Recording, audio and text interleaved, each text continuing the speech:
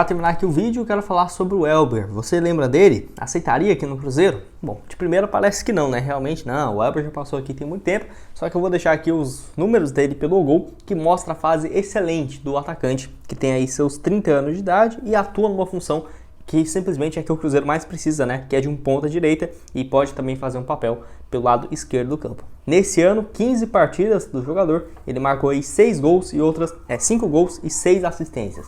Então, no total, em 16 jogos, ele já teve uma participação em gols de 11. Então, é um número bem interessante nessa atual temporada no futebol japonês. Contrato dele que pode sim ser renovado nesse meio do ano, que daria um tempo a mais desse vínculo, que vai até o final dessa temporada. Até uma das possibilidades do Cruzeiro, que teve interesse e especulações no final da temporada passada, por início desse ano, era de que ele não renovasse, né, e chegasse para o Cruzeiro, quem sabe no ano que vem, ou uma pequena compensação financeira por ele estar nessa reta final de contrato. Só que viver nessa fase excelente no Yokohama Marinos, é difícil pensar que o time japonês não vai propor essa renovação e também, com certeza, daria um salário muito mais alto para o Elber do que qualquer time no Brasil pagaria para o jogador. Que nos últimos anos também teve papéis importantes, só que em 16 partidas nesse ano ele já teve números parecidos com o que ele teve em 38, 40 jogos nas últimas temporadas. Ano passado, 35 partidas, 8 gols e 6 assistências. 2021, 41 jogos, 6 gols e 9 passes pela equipe japonesa, que também pertence ao Grupo City.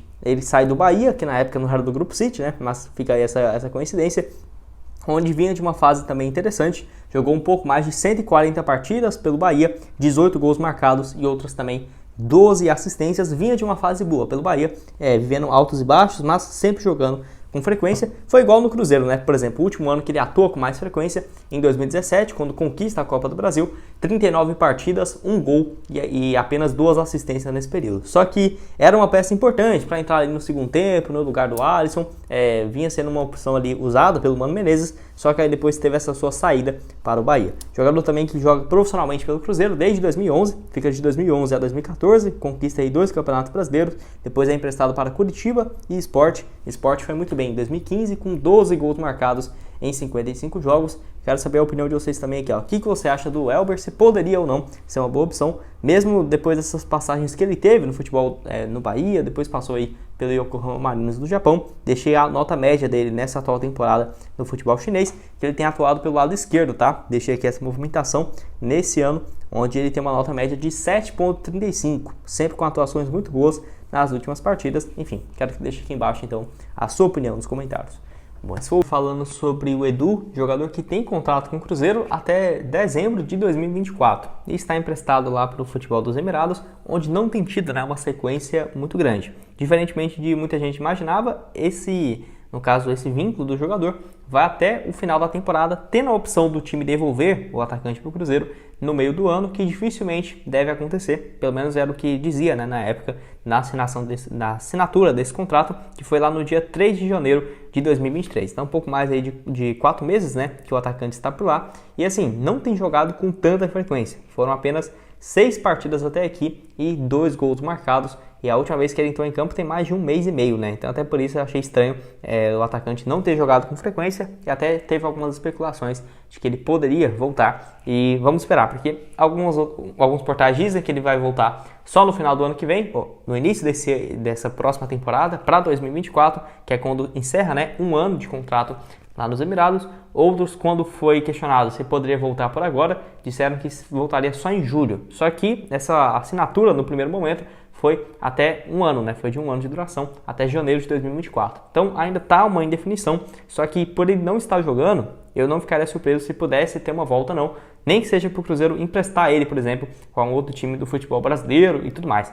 Porque poderia sim ser um bom reserva para o Gilberto? Eu creio que sim, tá? Acho que o Cruzeiro erra, inclusive, ao emprestá-lo, porque, tudo bem, Gilberto é para ser o titular, só que o Edu poderia ser um ótimo reserva para entrar na segunda etapa. Fora que também teve um motivo aí pessoal, né, dele, por exemplo, querer essa ida, no caso, para o futebol dos Emirados, para fazer um pé de meia mesmo, né, porque com certeza vai estar tendo um salário muito mais alto do que teria aqui no Cruzeiro. Atacante que foi importantíssimo na última temporada para conseguir essa volta à Série A. No total foram 13 gols marcados na Série B, no total 22 na temporada em 48 jogos.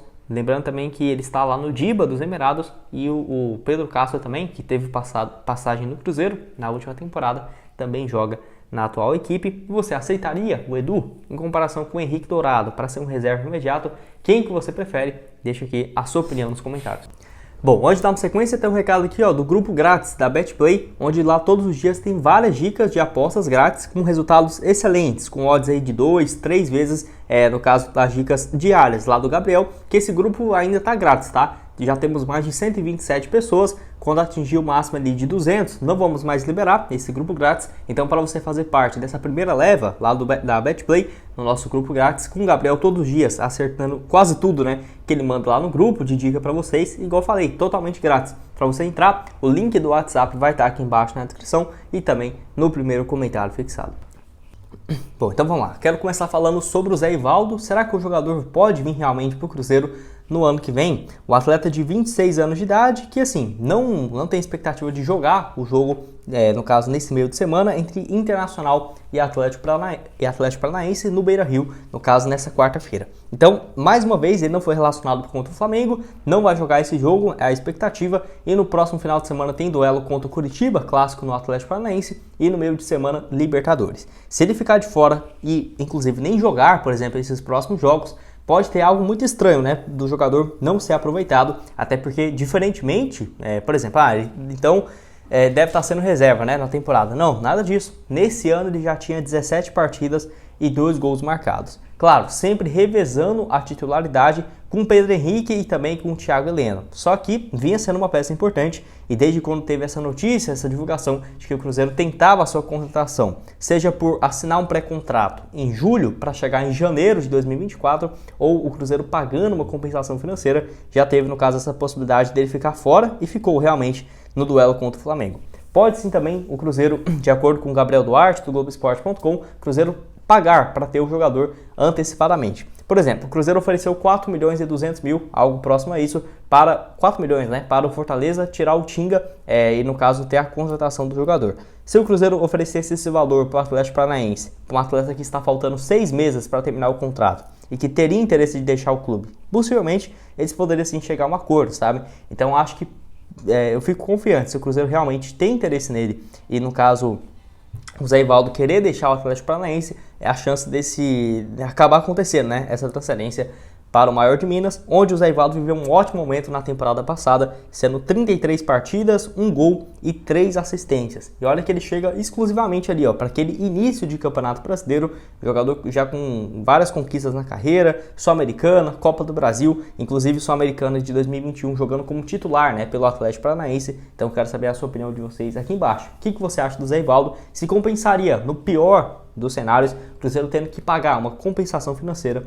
para o Atlético Paranaense, que já fez aqui pelo Cruzeiro. Bom, quero falar aqui também sobre o Júnior Caissara, onde depois de quase um mês e meio, né, dessa procura do Cruzeiro com o jogador, e ele ainda continuando livre no mercado, pode sim ter um avanço. Aí você deve perguntar, ué Gustavo, mas a janela não está fechada? Por que o Cruzeiro está falando de contratação por agora? É porque como o Júnior Caissara já está livre no mercado há muito tempo, tem mais de 3 meses aí que ele está livre no mercado, o Cruzeiro e qualquer outro time da Série A pode sim trazer atletas que já estavam livres no contrato, mesmo com, na teoria, o mercado de transferências fechado. A CBF deixa ali 2, 3 contratações nesse sentido, e o Júnior Caissara, de acordo com o Samuel Venâncio, poderia ter uma pedida financeira menor aí em relação ao que ele estava pedindo anteriormente e aceitar essa oferta do Cruzeiro. Vocês vão lembrar também que tivemos várias reuniões, né? Teve essas reuniões do Cruzeiro com o Júnior Caissara para trazer ele para a Toca da Raposa, só que o que o Cruzeiro oferecia e o que o Júnior Caissara pedia estava muito distante. Então o jogador, pelo que parece, aceita ter uma pequena redução, até porque não tiveram vários times interessados na sua contratação. Por exemplo, foi o Cruzeiro e o Santos, né, os 2 times interessados. Então acho que até por conta disso deve ter pesado essa escolha dele para ter passado em mais de um mês dessas últimas reuniões, de ter aceitado uma redução salarial. Tem 34 anos de idade e pode atuar tanto de lateral direito quanto de lateral esquerdo. Aí você deve até perguntar, ué, mas nós já não temos 2 opções na lateral direita? Sim e não, porque o William, quando sai e coloca o Igor Formiga, perde muito essa questão de ter um jogador experiente e de ofensividade. Não tem atuado bem o Igor Formiga, infelizmente. O Wesley Gasolino também está lesionado, deve voltar só em alguns meses. E na lateral esquerda também, o Kaique vai jogar o Mundial, o Sub-20 pela seleção brasileira, o Mundial, né? Então ele vai ficar fora já aí de 9, 10 jogos. Só temos o Marlon de lateral esquerdo no elenco, e se o Kaique for negociado na metade do ano. Aí teríamos ainda assim o Júnior Caissara, que pode atuar tanto de lateral direito quanto de lateral esquerdo. Acho um movimento interessante entre as partes e também do Cruzeiro no mercado. Atleta que estava nos últimos 8 anos basicamente lá no Başakşehir da Turquia. Última temporada ele jogou meia temporada, foi titular absoluto, 22 partidas, uma assistência pelo time turco, tem quase 200 partidas. Além disso já passou pelo Gil Vicente, Ludogorets e Schalke 04 da Alemanha. Lembrando que os últimos times no Brasil, ele começa em times bem menores, né? Por exemplo, América de São Paulo, CSA, lá em 2008 e 2009. Então voltaria aí, depois de muitos anos para o futebol brasileiro, quase 13 anos depois, para jogar num time gigante, né? E aí no Cruzeiro, acho que sem dúvidas, pesa também essa questão para o jogador. E você aceitaria o atleta aqui no clube? Quero que deixe a sua opinião aqui embaixo.